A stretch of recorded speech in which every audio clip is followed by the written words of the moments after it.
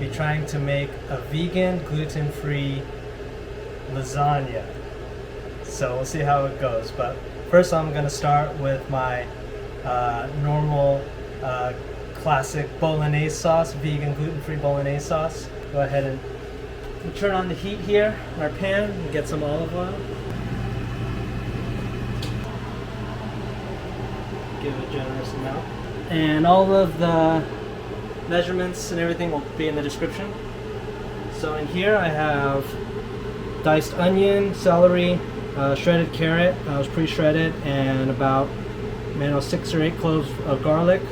And once this heats up, I'm going to throw all of that in. Alright, so I have the pan at about a medium heat.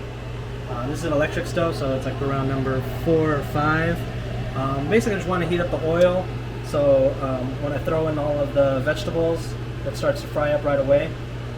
With this kind of pan, I don't want to get it too hot, but I need it hot enough so I can saute everything. So I think we're about ready. So I'm just going to throw everything in. And we got a nice sizzle sound.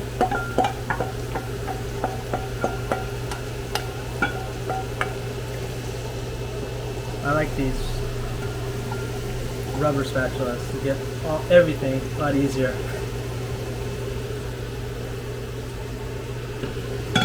So yeah, I'm just going to stir all this up so the onions become translucent.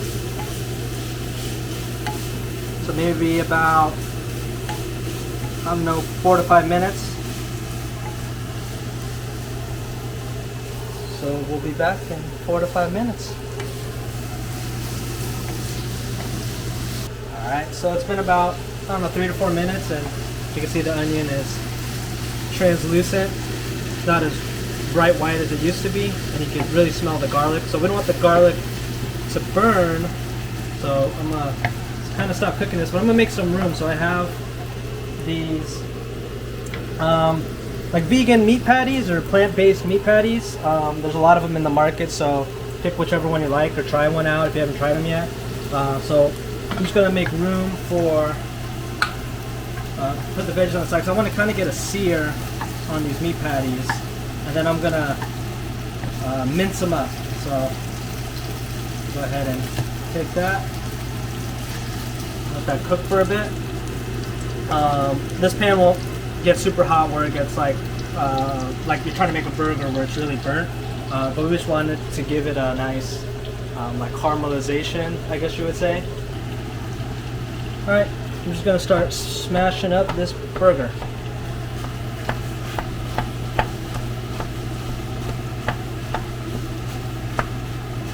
So I haven't put any seasoning in yet. I'm going to do that later on, and I'll show you when. Right now I just want to focus on mincing all of this up. When you work with regular beef or turkey meat, ground turkey, you usually get a lot of moisture. This has a lot of moisture too, so you kind of want all of that to kind of evaporate out, so it becomes not necessarily dry, but like really minced and like little pieces of meat. So you got kind of have to put in some elbow grease here, and you can see it's getting kind of brown. And as you dice this up more, it'll create more surface area and should brown up a lot quicker.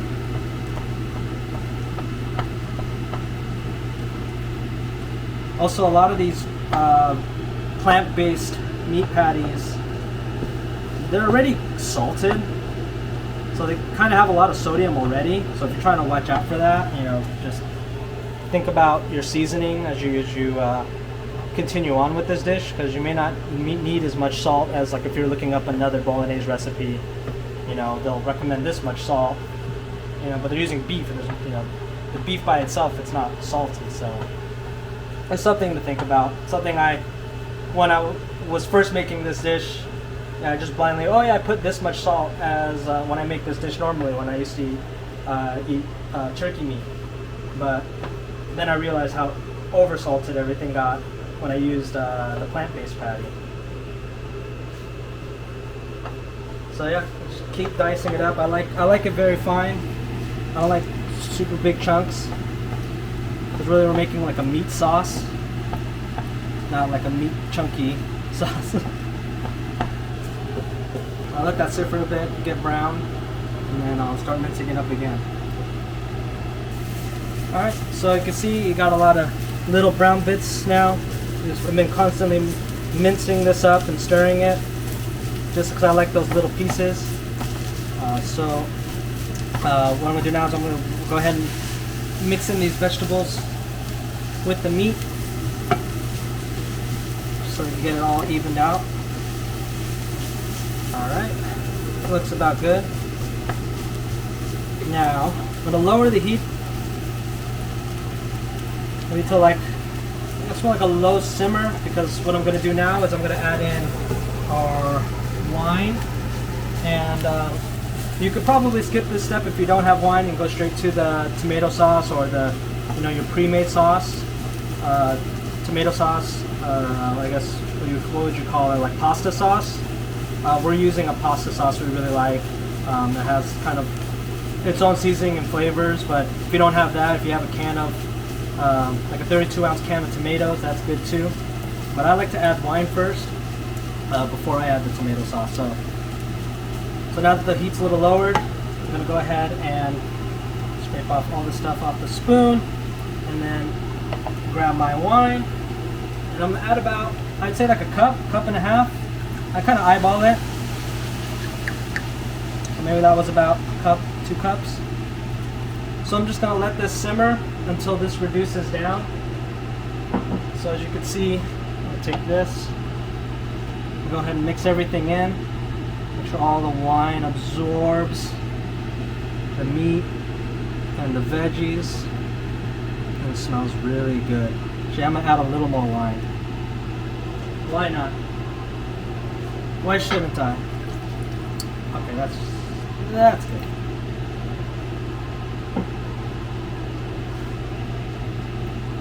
I'll go ahead and lower the heat. So I want this to simmer down to about, should be about 5 to 6 minutes. Really, I'm only thinking about minutes, but what I'm really looking for is, as you can see, it's a lot of liquid, right? So when we come back, and all this wine is reduced down, I'll show you when I pull back like that, how much wine is really left and how much has evaporated. So I'll go ahead and let this sit and simmer, and we'll be right back. So this is still reducing down, but I wanted to say about wine. So if you are of the legal drinking limit, it's important to pick a wine you like. Now, I'm not an expert on wine. I don't know about the tasting and what you smell and this and that, but I know if you enjoy it. Like when I drink a wine and I enjoy it, I'm like, okay, this is a good wine. And I'm not saying to buy like the most expensive bottle of wine, but there are a lot of wines. Well, at least for me, maybe I'm just cheap, but or maybe I'm just frugal, that I like. That I've actually found wines that are in the $10 to $12 range that actually I really like to drink, and I actually like to cook more with it. So I think that's kind of your basis for cooking with wine, I would say, is just find a wine you like. What I added was Cabernet. Again, I don't know much about wines and all the different versions, but I do like Cabernet. So I normally gravitate towards that wine, and now I use it to cook with. Can't tell you about all the other wines. I kind of just found one that I like and stuck with it. So it's been about 3 minutes, and you can see it's heavily reduced. You don't see as much liquid, so maybe we'll give this a couple more minutes where it's like almost gone, and then we'll add our marinara sauce. I think I called it pasta sauce earlier. Pasta sauce, marinara sauce, can of tomatoes, whatever you have. Alright, so it's been about 6 minutes, I'd say. So you can see now, not much liquid left. It's reduced down. So as I pull back, it's pretty soaked up into all of the meat and reduced down. So now I'm going to go ahead and add in our marinara sauce. This is a 28-ounce can, a 28-ounce jar of marinara.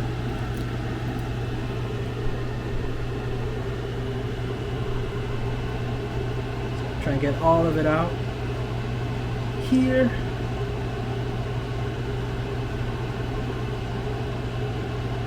Kind of what I like to do to get all the extra sauce out is add a little bit of wine.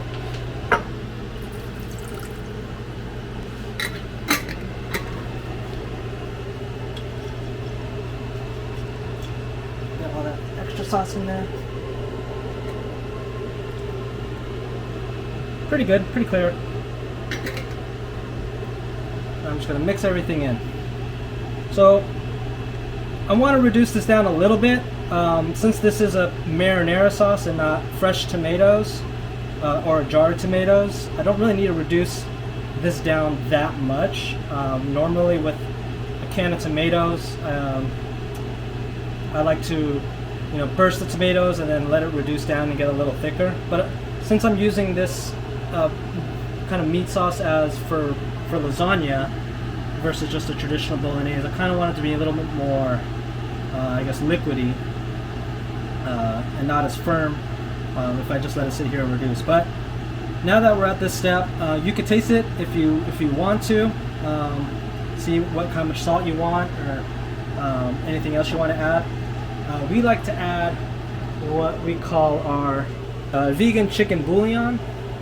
We'll put the recipe in the description. So if you ever had like chicken stock or the chicken stock cubes or anything like that, it tastes really close to it, and it has what does it have? Nutritional yeast, garlic powder, onion powder, thyme, a lot of different spices. I'll put it in the description, but it tastes really good. So I just like to add a little bit of it into there, not much. And the nutritional yeast kind of acts like a thickener, I believe. So makes it kind of like a cheesy kind of taste, which I really like. And this stuff's just good alone. We put it in everything. In noodles, soups. It's kind of what we use as vegetable stock, or like a powdered vegetable stock. So we'll go ahead and stir that in. And I think I'm gonna add some oregano. I like oregano. This is Mexican oregano, not necessarily Italian. Go ahead and smash all that up. Stir that in.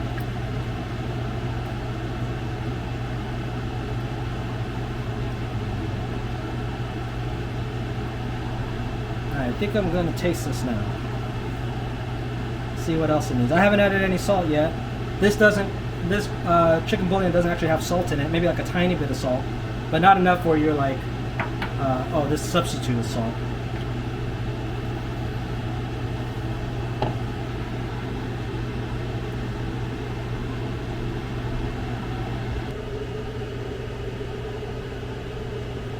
Yep, doesn't need salt. I think this marinara has a little bit of salt, but then again with the plant-based meat,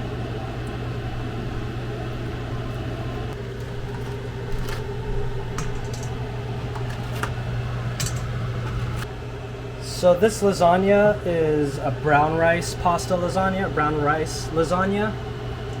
There's many different kinds of gluten-free pastas. There's cassava, there's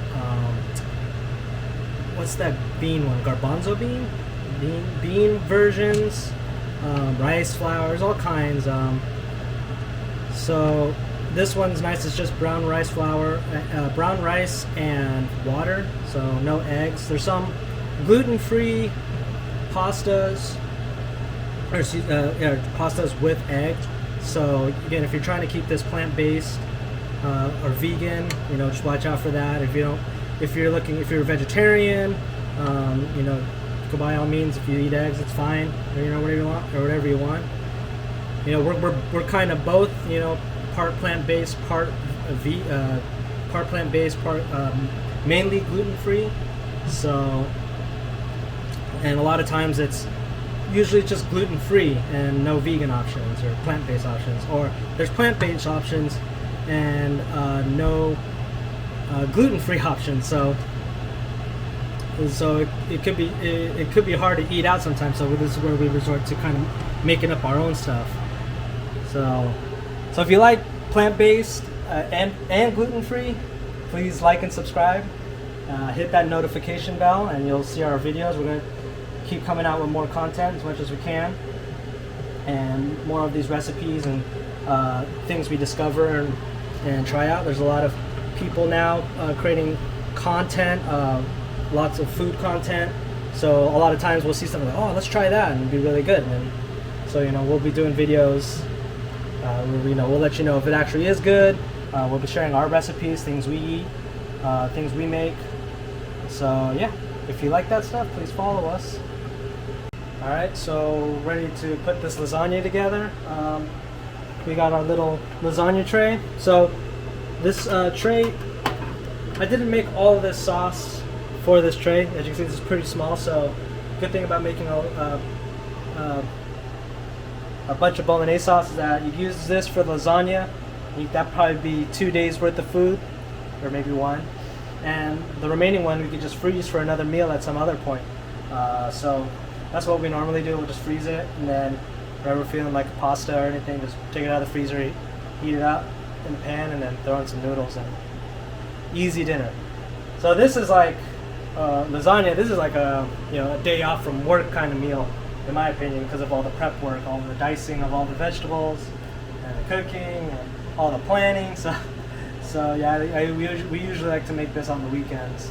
But yeah, if you have extra time, why not? So I'm just gonna go ahead and oil the pan here at the bottom. Get a little napkin, smear it across, so we're not getting anything sticky. Just get the sides. So you see how long these are. You might have to cut a little piece off. Alright. So let's not let these sit for too long. They got a little sticky.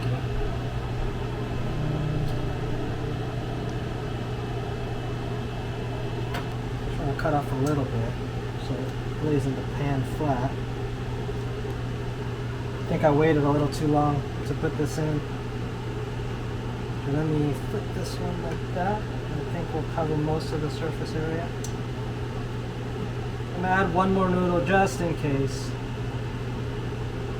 On the side here. Just go ahead and put the meat. Actually, no. Before I do that, I slice these. Not aubergine. Well, aubergine. What do you call it? Eggplant. We use the mandolin to slice an eggplant, nice and thin. Usually we use zucchini, and you could use both if you want. Again, this is like a veggie lasagna. But they did not have zucchinis at the market. They didn't have a lot of stuff at the market. We're filming this on January 9, 2022. So there was not a lot of stuff at the market around this time, in our area at least. So we'll use what they have, So we're just like, let's use eggplant, kind of the same kind of taste. So I'm just gonna do a layer of that first. I have a lot of it, so I'm probably gonna do like a double layer because I kind of want to use all of it. We may even have leftovers of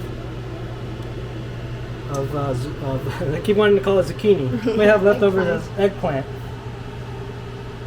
Aubergine. Oh, I don't know what they say. I think a British chef say that once. They call it aubergine. They don't call it eggplant. I've never heard that. I could be wrong. I'm mixing it up. Okay, I think that's good for our first layer. Now I can add my meat sauce. My plant-based meat sauce. Oh, and the meat patties we got are gluten-free. So there are some plant-based meat patties that are not gluten-free. So just be aware of that when you're shopping.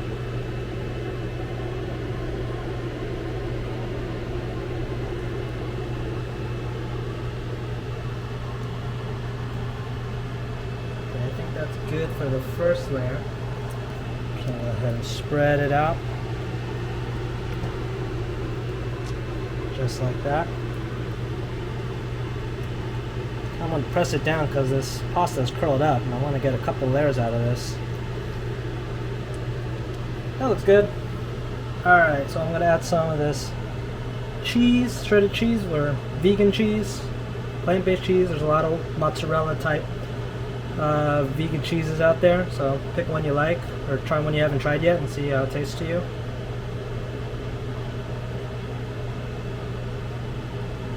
Alright, and then this is a ricotta, vegan ricotta. Kind of have to go blah, like that, and then I'll smear it on.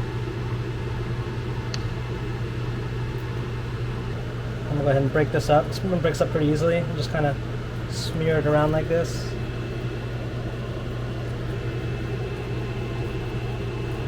Sometimes I like to leave little chunks, so when you get a slice, it's like, oh god, there's a big chunk of cheese there.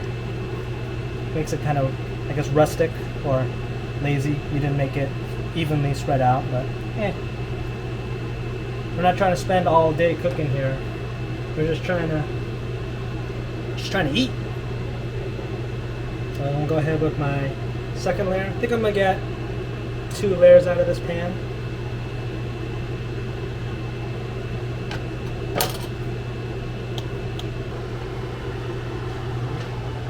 Some of this eggplant.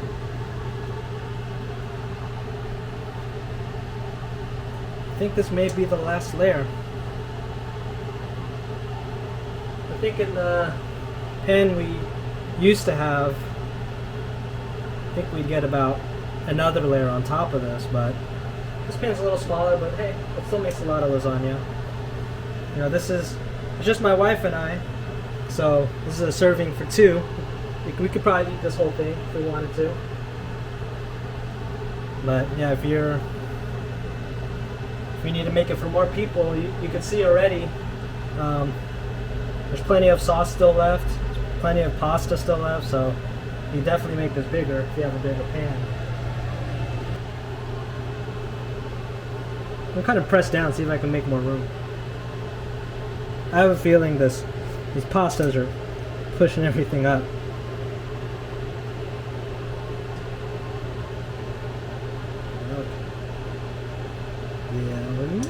Maybe we'll see. Let's see.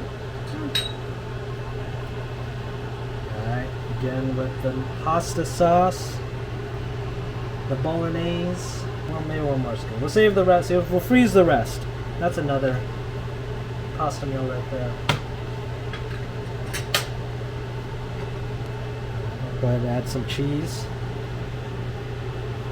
So yeah, this is the first time I'm making lasagna in this pan, and now I'm thinking to myself I should have added more ricotta cheese underneath in the first layer, because when I put it on top, it's actually kind of dry out a little bit and get brown. Yeah, on the top. It still tastes good, but when it gets underneath, it gets real creamy. But we'll go ahead and put it on top here. I'm just gonna go ahead and use all the cheese, all the vegan cheese. So I think I'm just gonna put like little pieces like this on it, so when it cooks, it'll brown.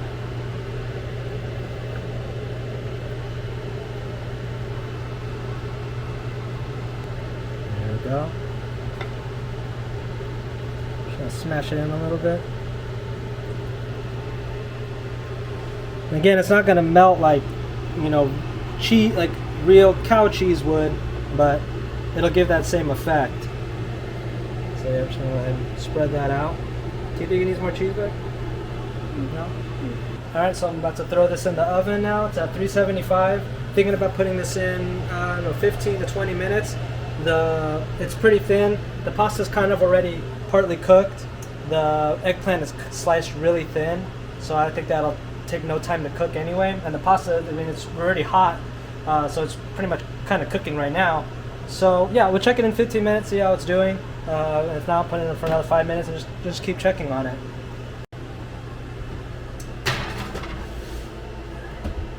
Now that that's in the oven, I'm gonna clean up my mess.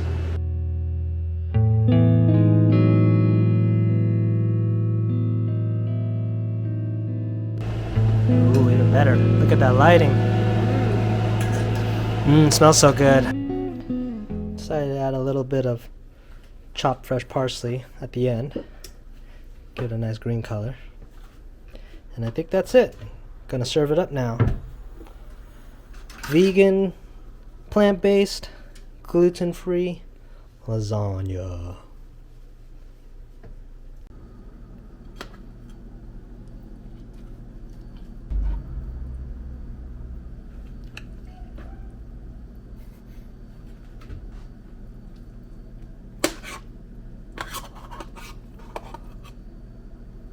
Alright, so here it is. Vegan, plant-based, gluten-free lasagna with plant-based meat. Yeah, not much else to say. Let's just try it.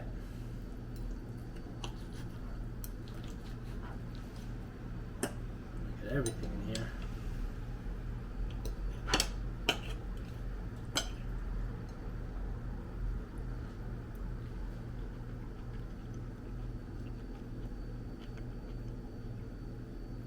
I like it with eggplant. Tastes really good. I think I should have left it in maybe a couple minutes longer, but the eggplant tastes really fresh. Really fresh. The sauce is delicious, of course. This brown rice pasta is really good. It's still got a little chew to it. It's not soggy.